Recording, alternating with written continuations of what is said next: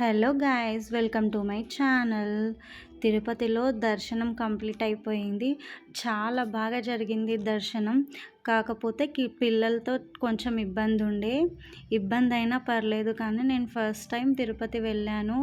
దేవుడిని అలా చూస్తూ ఉండిపోయాను. 2 డేస్ దాకా దేవుడే కళ్ళ ముందు ఇలా ఉన్నట్టు కనబడింది.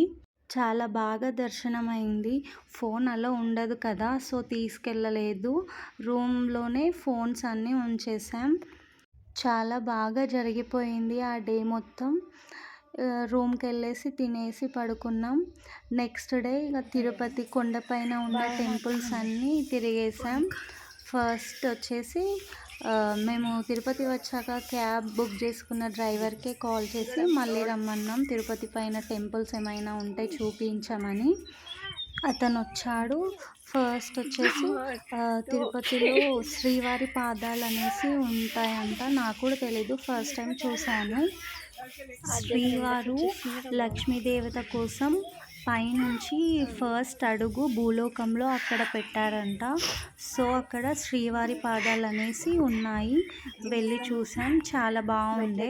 అక్కడ సైడ్ వ్యూ కూడా చాలా బాగున్నాయి. అన్ని కొండలు కనిపించినాయి, చూడడానికి మంచిగా అనిపించింది. అక్కడ ఉడతలు కూడా చాలా డిఫరెంట్గా ఉన్నాయి, ఇట్లా పెద్దగా ఉన్నాయి బ్రౌన్ కలర్లో. నేను ఫస్ట్ టైం చూసాను, బాగుండే.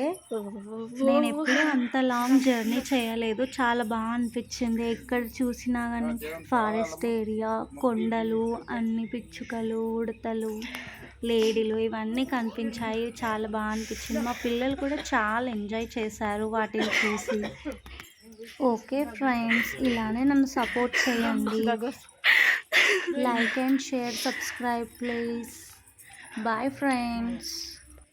Continue to next video. ఇంకా వీడియోస్ వస్తుంటాయి, చూడండి, చూసి ఎంజాయ్ చేయండి. బాయ్. మరి